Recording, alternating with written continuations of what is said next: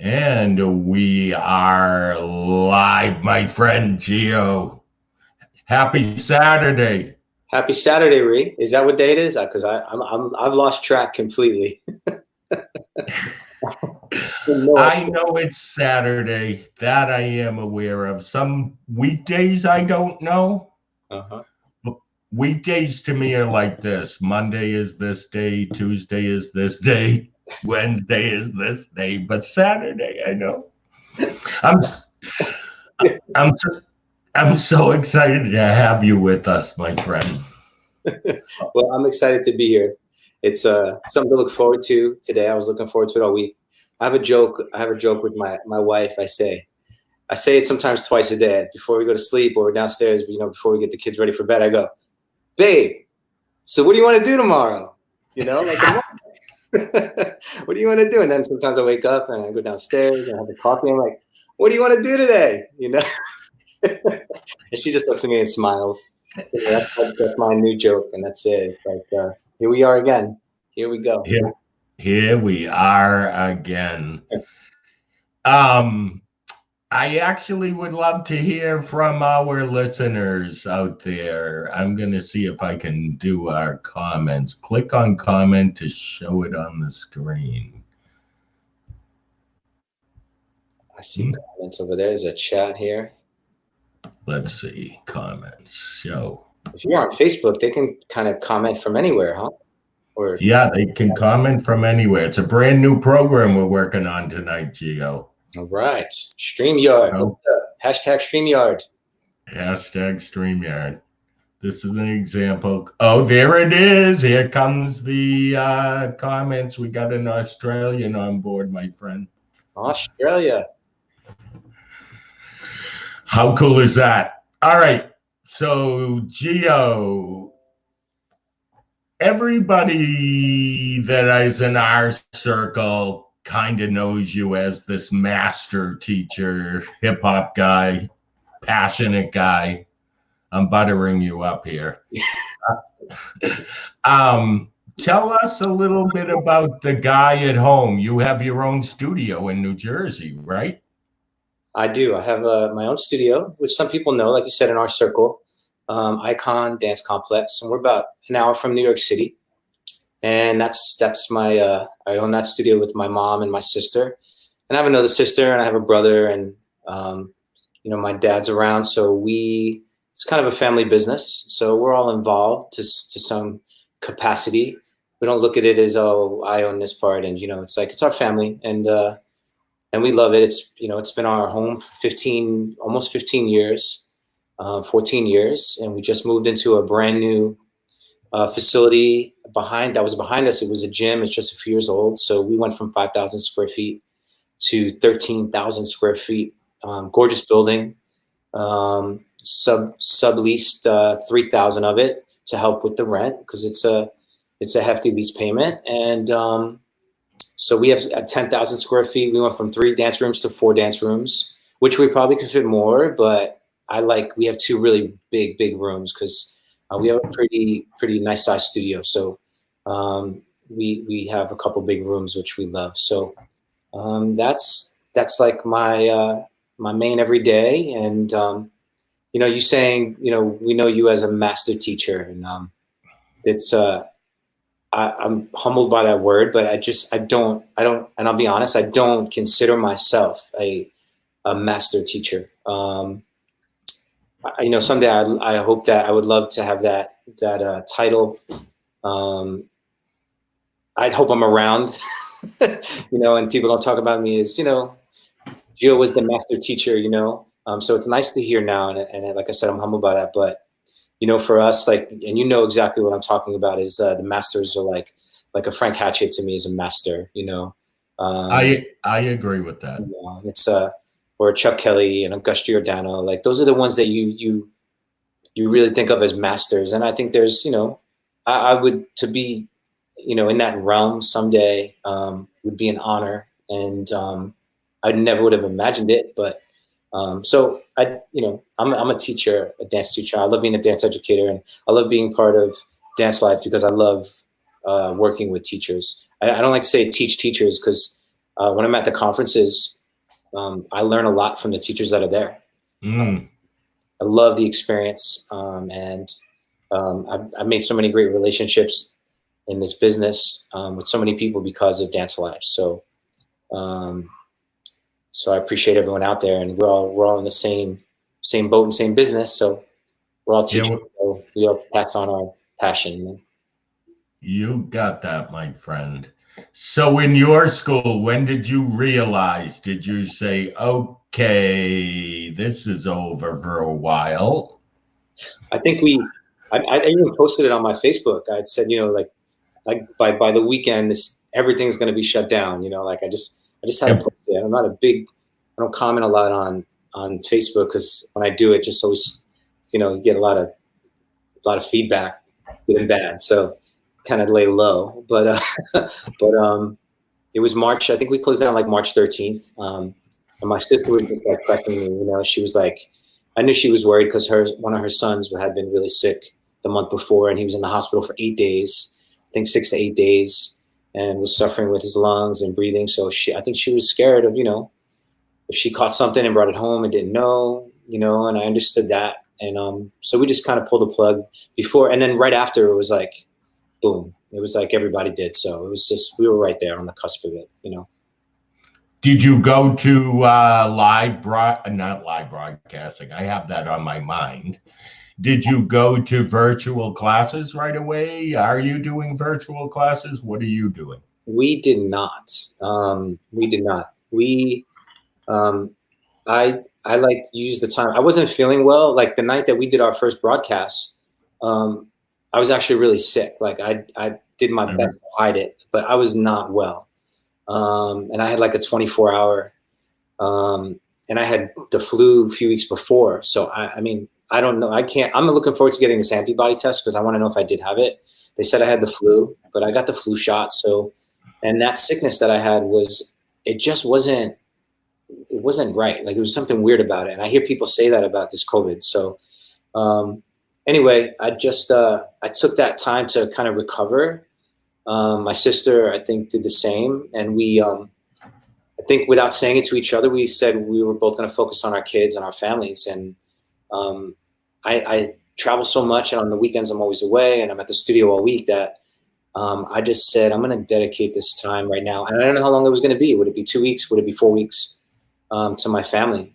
So just as of this week, we did a couple of Zooms. I did a couple classes with the companies, not all the kids in the studio, just to touch base. We had a meeting one night just to talk to them, and that went great. And a lot of parents reached out to us and said the kids loved it and they felt good about, being with us. And I think that was even better than a class, just being with your kids. And I think because, they're going through the same thing right now. They're emotionally affected by this. And I heard a lot of, I see and hear a lot of kids getting burnt out because they're on the computer all day with school. And then the last thing they want to do is go on the computer and dance, even though there's no other choice really. But so we may go towards it. We've actually just polled our studio. We did a Google form, and we just trying to get some feedback on who wants classes coming in May. We're not going to charge again. We cut tuition off for April. We're not going to charge in May. And then we just did a poll to see who would be interested in paying beyond that. And it was kind of split 50-50, but I think, we'll see how we do. We're going to do limited classes. We're not going to do full enrollment, full classes every day. It's just too much right now. I commend the people that are doing it.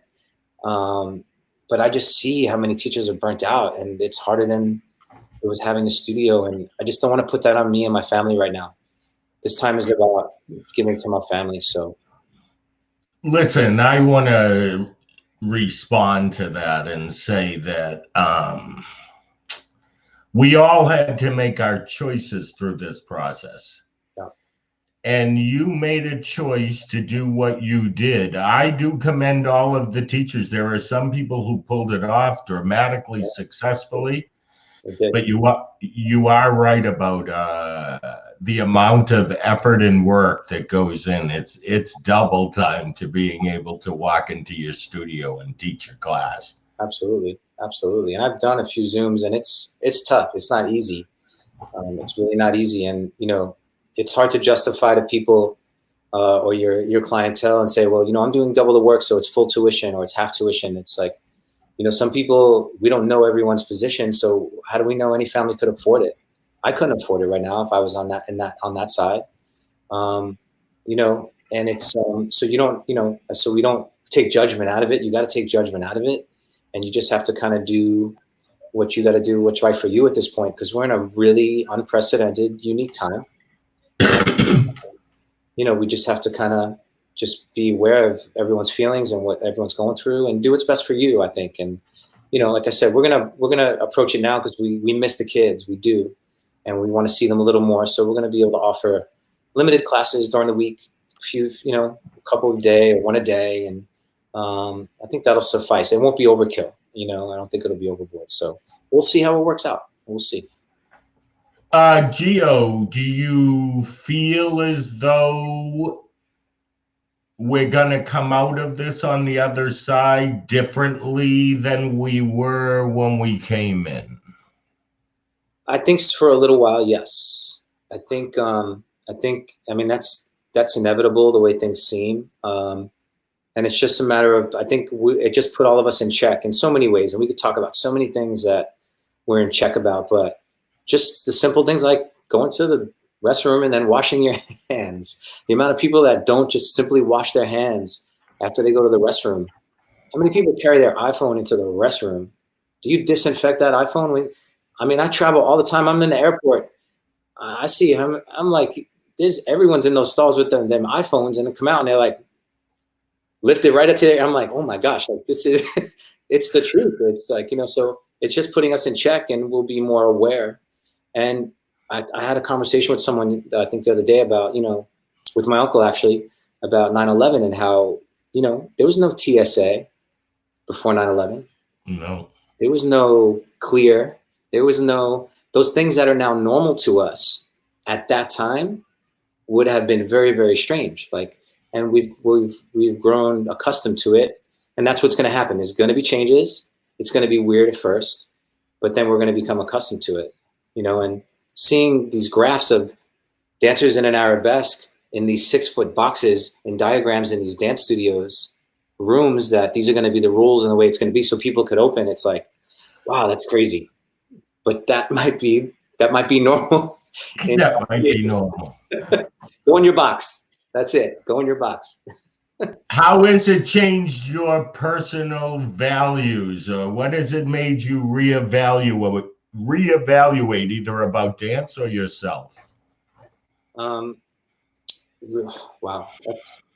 that's a tough question, because I think, like so many people, and I know when I say this, a lot of people at home will go, yeah, like this has been such a roller coaster of emotion, good days, bad days, going to my studio and just standing in there like alone and just being like, this is creepy and crazy. This is sad. This is, you can't even describe it, and it made me reevaluate, number one, the complaints that we have on a normal day as studio owners and teachers, like, do I got to work, go to work today? And like, oh, I'm tired. And what we'd give to go to work today, tired, and teach those kids, without even a blink of an eye. So that's one. How much I love to teach, in person. Are you having a hard time with this? You are. Yeah, very. The Zoom for me is like, and I think for my sister too, it's like, it's just not us. Like, we love to teach. We love it. I wonder how our viewers feel about that. Do you feel like it's hard to do this online, or are you learning how? It's not even like the technology part. It's just the feel, like the vibe. You can't replace that human contact. You can't. So it's an amazing thing that we have that as a tool to stay connected like this. But that is like, it makes you very emotional to not be able to do that. When that's your love and that's your passion. And that's what studio owners do. That's what we do as dance teachers. Like, it's, you just let so many things kind of go by, and it doesn't become about business because it's all about that classroom. It's all about, and no one understands that but the teacher and the student. So it really makes you reevaluate that. So I think it's made me appreciate what I love to do more, especially conventions, because I get to do both. I get to do conventions with hundreds of kids in a ballroom, and I get to do the classroom too. And it's a good balance for me because I honestly don't know if I could just do the studio classroom. I need that outlet because that's what I did for 15 years before I opened a studio was, teach on conventions in Tremaine and everywhere. I did it for years. So just to go just to a studio abruptly was like, wow, this is tough. It's a different dynamic. So it gets. Yeah, one of our Facebook users, or one of our Facebook friends who were watching this, she wrote, "Yes, I cry after every Zoom session. It's not the same in any way." Yeah, as long as that, and I would say to that person, know that it's temporary. This is temporary. I had to tell myself this too. This is temporary. And you have to, when you do it and you're done with it, say to yourself, hey, this is temporary. This is keeping the connection. So it's a good thing. Look at it in the positive and not in the negative, and say, I can't wait to get back to being in the classroom, because we will be, and it's going to take some time. It's going to take time. But we're going to get back there. I remember 9/11 and how it was. I really remember it, and how I had family members that worked directly right down there, right in those buildings. And then what I felt, I was living in Los Angeles, and what I felt that morning, thinking about them, and the next time I went on a plane, and one of my best friends in the world is Marty Dew. And he taught on Tremaine for years and years and years. Marty, he's like I know him. Yeah, Marty's like my little brother, and I remember he was assisting me on so many projects at that time because I was choreographing a lot, and he was just like my buddy. Like we did everything together, and I brought him along. And I remember we were getting on a plane, and it's like, we sat down and we're like, all right, so if something happens, you're gonna get the guy from here, and I'm gonna get him from here, and who's gonna grab his knife? And we're kind of joking about it, but we were not joking. Like deep down inside, it was this fear of this could really happen, and so it's going to be the same with this coronavirus. So, but as they say, this too shall pass. It will, and I want to tell myself that, and I want to say it's going to be soon. I don't think it's going to be soon. I don't, and I want to be so wrong. I never wanted to be more wrong in my life right now, that it'll be over soon, but I don't think so. This is what I also believe is happening. There are people like, we're in this Northeast corridor thing. Massachusetts happened to be one of the hardest hit. I think we can see that in other parts of the country where they're not as badly hit. They don't see that. And maybe they won't. Right. But our areas see it every day, all day, as I'm sure our viewers will attest to. It does seem like it's going to be a while. It's a tremendous, just take a look at that graph of those red dots on the COVID-19 outbreaks, and you look up in that Northeast, and it's like a blob of red. And then around the country, it's like dots, but Northeast is definitely New York, New Jersey, the Massachusetts, Connecticut. It's heavy up here. It's heavy, and it's some people don't realize that, and that's fortunate for them. Hopefully they will be able to get back. But what I saw today, as far as you keep seeing all these places opening, and I said it to my sister. I said, well, I guess we just get to sit back and watch and see what happens, because there's so much conflict, and this is not going to be good. I'm preferring to listen to the scientists. And they're saying this isn't going to go well. That's what they're saying, and those are the people I want to listen to. So, but I have no choice. So I'm going to stay home and not open because we can't.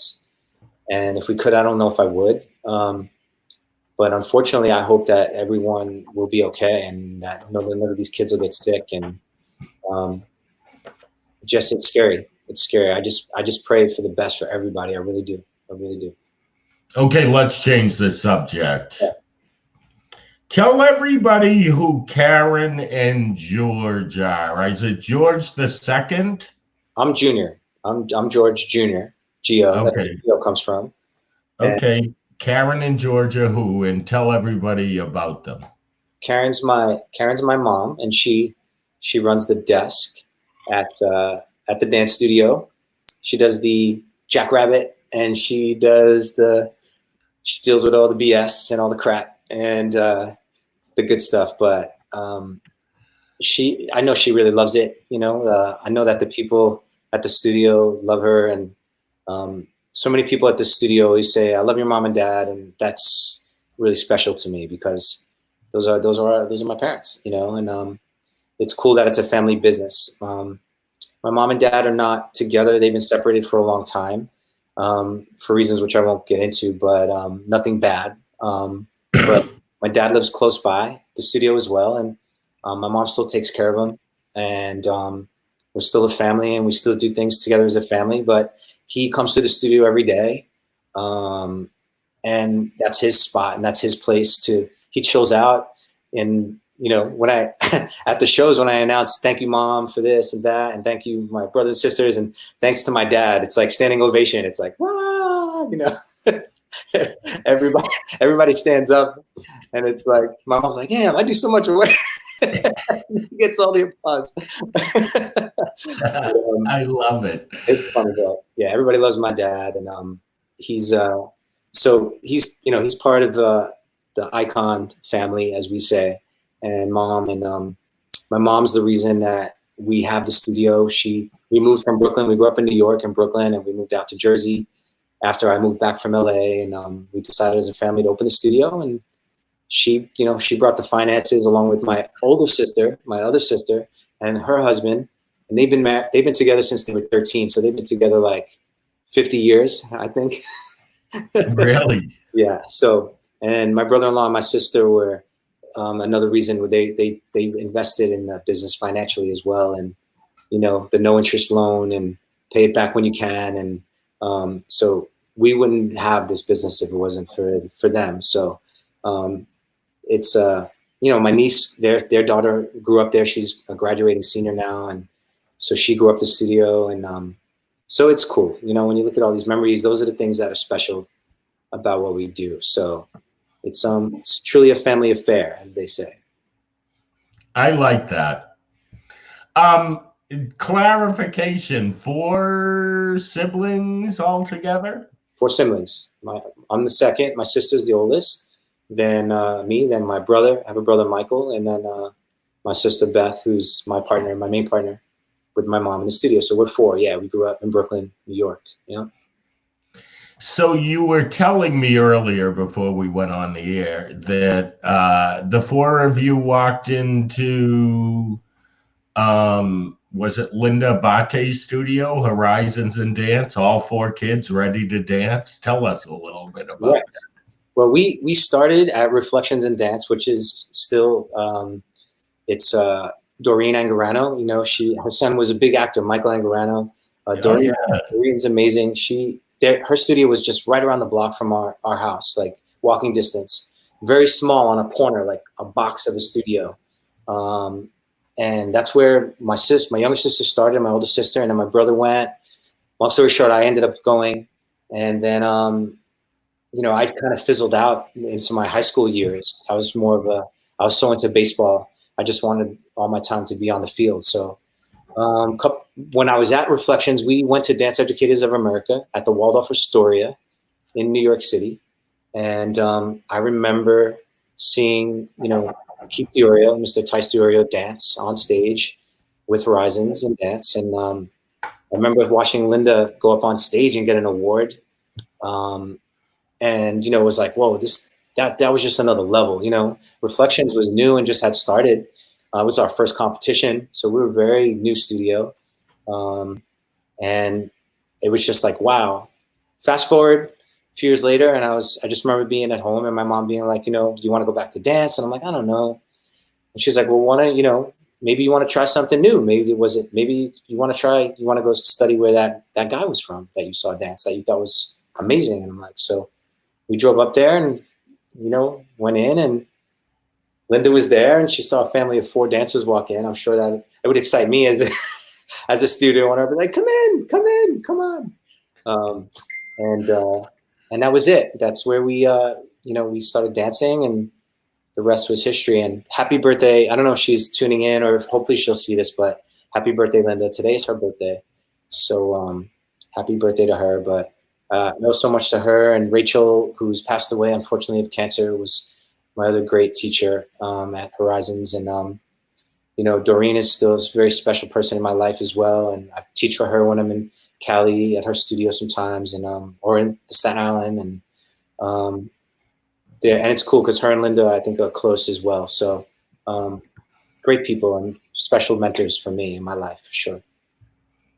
I love how respectful you are of the people who helped you to get where you are. I'm going to go here. What did baseball mean to you? Well, I say this, I might have said it at the conference, but, I let Derek Jeter have my spot. I let him take the shortstop position at Yankee Stadium. Again, Derek, I'm going to go dance, So was it a passion? Oh, without a doubt. Oh, like more than dance was. Yeah, it was.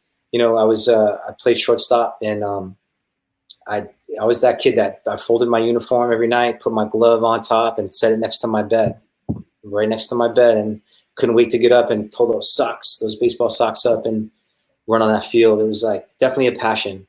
I went to Fordham University up in the Bronx. I didn't get drafted or scholarship, so I had to walk on the team. And by that point in my freshman year, I was really into dance, and I set my glove up next to my bed in my unit, my dorm up in the Bronx, and was ready for my tryouts the next day. And I woke up, shut the alarm, and never went, and said, it's going to be dance. And that was it. That's what really. That was the day. Yeah. At that point, I was taking classes in the city with Joe Lantieri and Michelle Asoff and Frank Hatchett and Sheila Barker, and that's all I could think about at that point was I just want to get to the studio. And then I was hardly ever on campus because I was always going home back to Horizons. So by my junior year of college, I transferred to Lincoln Center so I could be in the city, and it was amazing. It was like I was doing early classes and then heading to Broadway Dance Center and Steps. I was on scholarship at Steps, and then 2 weeks into my junior year, I booked Disney World and moved to Orlando. And that's when my career started as a dancer professionally. So I didn't have much time in the city to enjoy that. I was finally really happy with the school situation, but that was it from there. Tell me about your family, your wife, your kids. Oof, I yeah. know. I just want to say this to our listeners. I know how much this means to this man. And that I, as your friend, can say that I'm so happy you're happy. Thank you. Definitely my greatest gift. And those people that are parents know it, and they always said it, well, wait till you have your own kids, you'll see. And they're 1,000,000% right. It's just the greatest thing in the world. And I in my bad days through this pandemic, I just focus on that. And I focus on what a gift this is to me to get this time with my boys and my wife, which I normally don't have. And when I lay in bed at night sometimes and the lights go off and I start to breathe a little heavy because I'm thinking about the bills and I'm thinking about how am I going to pay the house and how am I going to, what's the studio going to do? And then it's like the kids, and then you feel yourself calm down. You have to, so it's like they're my saviors right now. They're getting me through this for sure, my wife and kids. So I put my focus on that, and I cherish the time that I have with them now because I know it's not going to be long, and I will be back to work and busy. So I want to do everything I can to really make this time valuable with them, for sure. What do you know about yourself as a dad, having spent these last 7 weeks, day in, day out with your kids? Because I've called you and heard them in the background. This is God bless my wife. That's all I gotta say. Oh my gosh. And my mom and every mom out there, God bless you all. Holy wow. It's the hardest job. Let's let The let's hardest hear from the moms who are watching. I and the think stay-at-home dads, because there's the stay-at-home dads as well. We can't forget. It's a different time now. It's not easy. It's not. Oof, it's rough. It's rough. It's a lot, but it's great. I know everyone says it's hard, but you never love anything more than those little humans that are around you. It's and watching the growth every day. It's do just you do you notice it every day? I just sat on I had my phone out the other day and I'm like, I was watching Cruz's, he's only one, and he's like starting to put the big blocks together and he's focused and you could see him being systematic in his head. You see him thinking, and I'm just staring at him and I'm like, just started capturing it a little bit and just to get a moment and then just continue to watch him. I love just to watch them grow and think and, the everyday things that you take for granted that I'm really stopping right now and going, you know, Geo today wanted to wear his grandma sent him his stormtrooper costume, and I was going to get the mail up the block and at the mailbox, and I was like, "You put on your." He walked down the block as a stormtrooper and put it on. It was the best thing ever. It's awesome. It's the best. It's the best. That's a blessing that you have that right now. Yeah. And you know this for all of our listeners. These are tough times. Some of us have been forced to be in our homes. I don't happen to have kids, but I know a lot of teachers who are home, working from home, plus they have their kids to think about. I don't know how you're doing it. God bless you. I had no idea. I don't know either, but this is what I will say. So many dreamed of having time with their kids. Yeah. Mm-hmm. Yeah. So make the point to step away a little It's because okay. No, it's okay. You have to tell yourself it's okay. You have to. Yeah. We're so used to giving, right? You say this on stage at the conference. You give and you give and you give and you give, and it's this is the world said, hold up, everybody, hold up, take a breath. It's okay, and I still got to tell myself that I got to be doing this, or I should be making this video, or not a post on social media, or I'm like starting to be okay with it more and more every day. Yeah, and it's still a struggle sometimes, but it's getting better. I want to say that I think the last couple weeks were the toughest weeks. Yeah. I'm hoping that the rise is now that what do we use, upward curve of happiness. And it's leveling off, but yeah, it's leveling off because we're all staying home. Now it's opening up. Is it God? I hope I'm wrong. Like, just the virus didn't go away, as far as I know. I'm like I said, I'll say what the big guy says. But I'm not a doctor. I've been staying away from the news a little bit as well, and it's helping. I'm noticing that. So just advice to anyone: turn off the TV. It's the same repeated stuff to me over and over. So I'm doing a little better since I'm trying not to pay attention as much. It's easing the anxiety, and that's what the professionals are saying. Like, turn off the TV, stay away from it. It'll help. And I'll add to that, Geo. Sometimes you got to get off all the electronics altogether. That means your laptop, your phone, the whole shebang. Right. Because I think when we're locked inside like this, that is our gift of communication with the outside world. But I don't know if it needs to be 24 hours a day as it has turned into. Yeah, no. But it was like that. I think we talked about this last time was, it was like that when we had the open world. You went somewhere and, someone's on their phone, and it's like everybody's on their phone. You look around and it's so maybe, again, that's something that we should reevaluate and change is when we have the opportunity to be back and we have that blessing, be in the moment, And I know we all want to capture everything. Yeah. To look back on it, it's special. It's great. But, right now we all wish we had that real moment. We wish we had it. So, Geo, what would you say to some of the younger dancers out there or younger teachers who are starting out who feel frustrated because their dreams seem to be stopped? It's going to take some time. So my advice would be train, like, and be it online classes or be it what you know to do on your own. Like, you just turn on like we did, turn on the radio, turn on the music, and let the music teach you how to move. You don't always need an instructor. There has to be, it's like your kid, right? You tell your kids, hey, you can't hold their hand forever, right? You got to let them go into the world at some point, because then they're never going to be able to survive. It's the same thing for dance.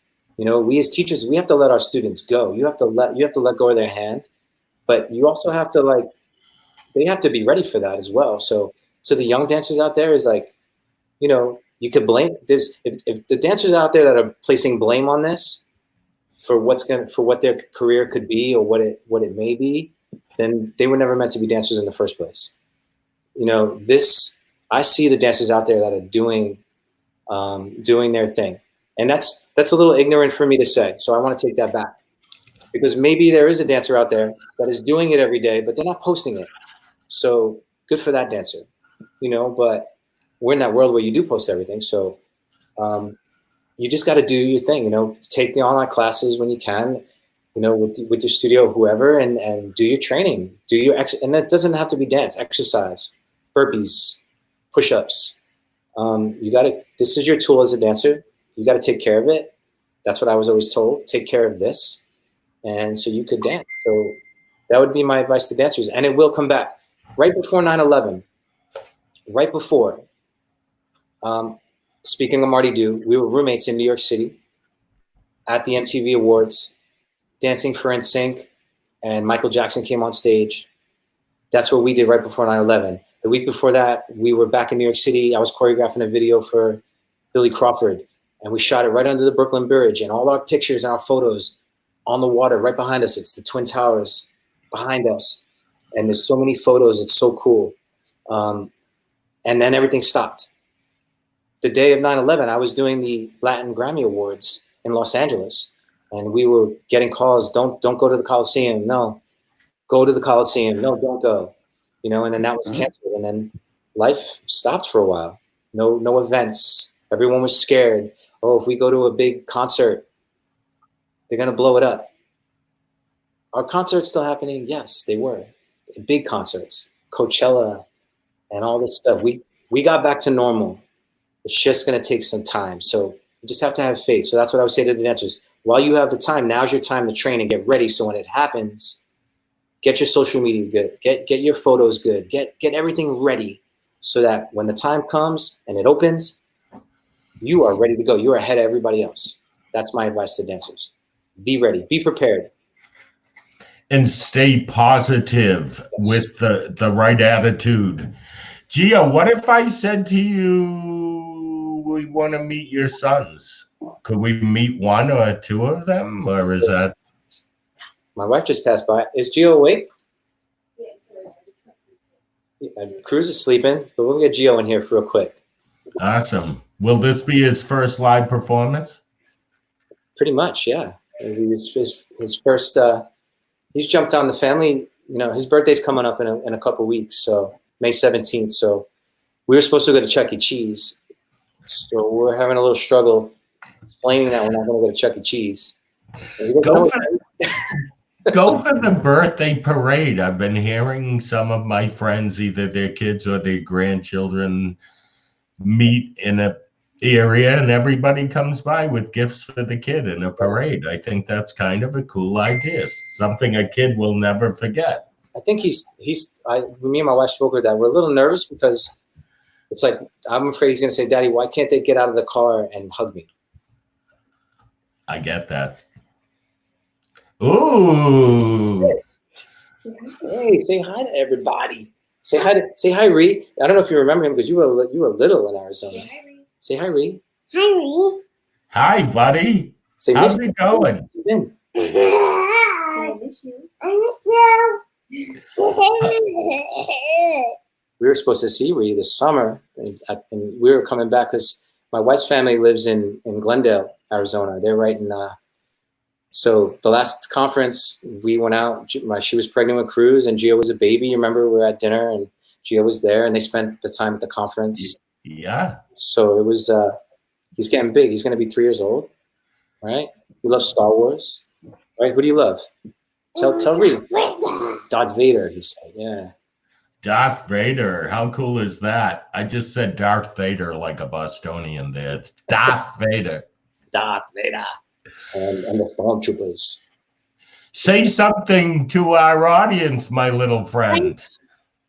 Tell everybody. Talk to everybody. Tell everybody about what do you do? What do you do in class? What do you do with Daddy in class? What do we do? Freeze dance? You're gonna be shy. I had a feeling you're shy. Freeze game. Freeze game. We do freeze game, and we do raise the roof. We do across the floor, right? Funky walk. Tell Rhee about the funky walk. You want to do it? No. I had a feeling it was gonna go this way. It's okay, don't worry. I would have gone that way myself. He's getting ready for bed, and we, he's getting used to seeing the mask. Why do we wear the mask? Tell Rhee why we wear the mask on our face. Stormtrooper. No, not that mask. The mask that goes like this. Look, this one. Why do we wear the mask? To protect what? To protect themselves. We got to protect ourselves. That's right. From what? What are we protecting ourselves from? Coronavirus. Coronavirus. That's right. That's right. So. Is it hard to explain that, or he got it?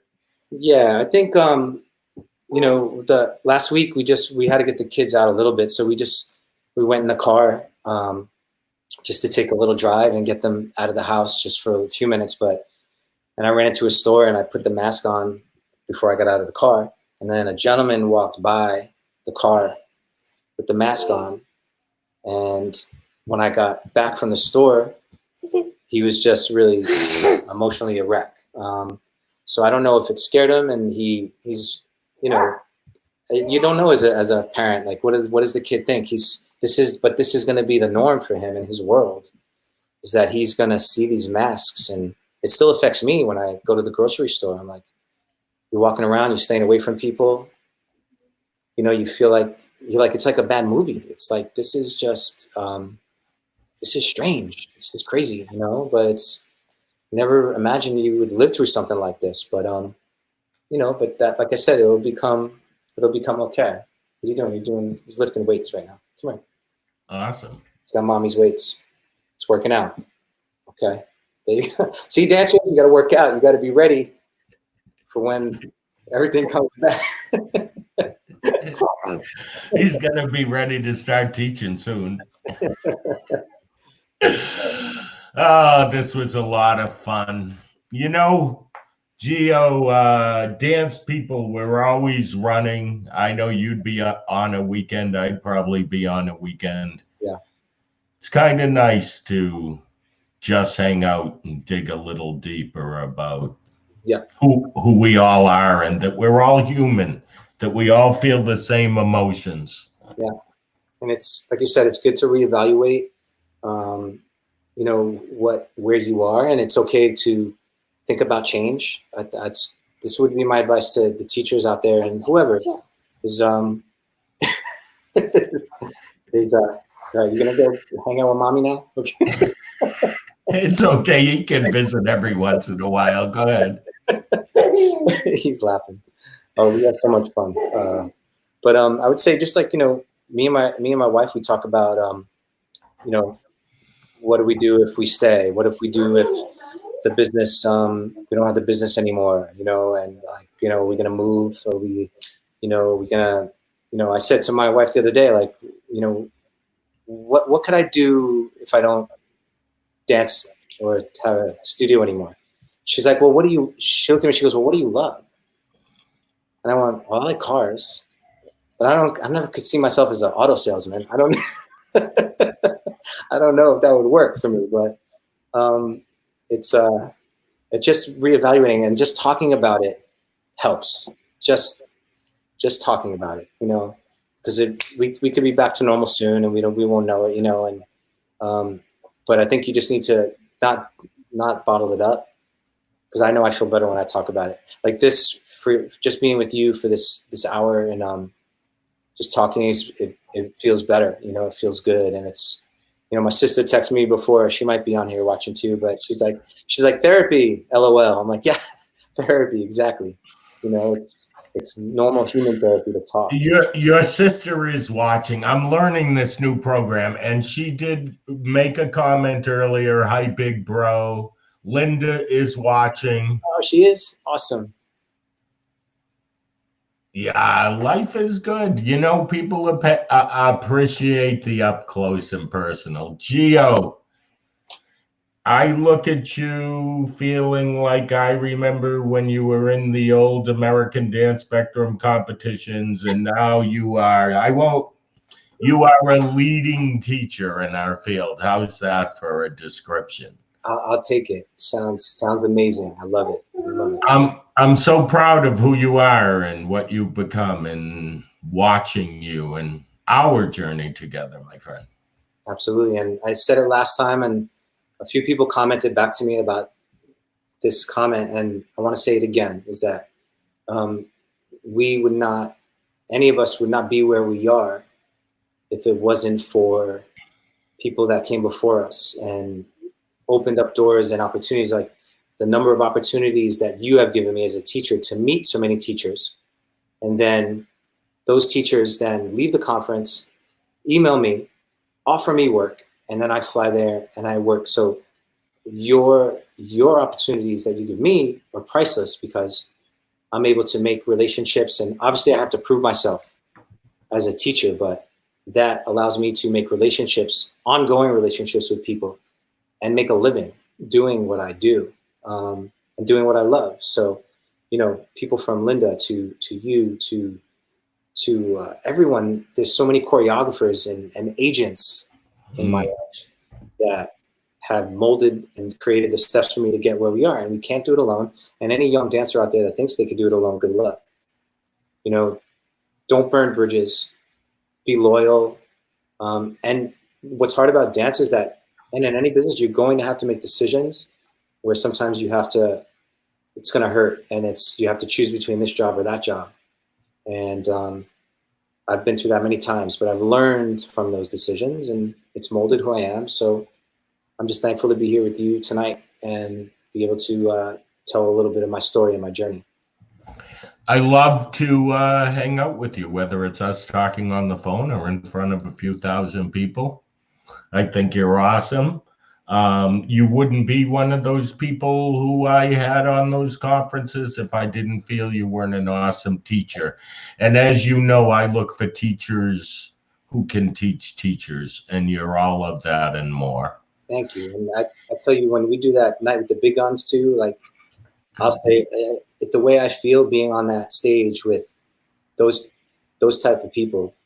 When I say those type of people, I'm talking about the Art Stones and the Scott Fowlers and oh man, it's like those are people I looked up to, and to be with them is special, and that's you giving me that opportunity to sit next to them. So I appreciate it. We can stop all this compliments now, but yeah, I wouldn't say on the big guns, I love having you there. I do consider you a big gun, and I say that with total confidence. My little guns. I've always had little guns too, but what the heck? It's how big is your heart, I guess. Geo, we got to end this. It was a blast. Thank you so much for spending your Saturday night with us, and I'm smiling. Hey, wait, I think you have a beer. Let's have a toast. This is say cheers to everyone out there. Cheers, my friends. Cheers. Stay safe. Stay well. We'll be back dancing soon. Cheers. Have a good night. Good night, everybody. See you soon. Peace out.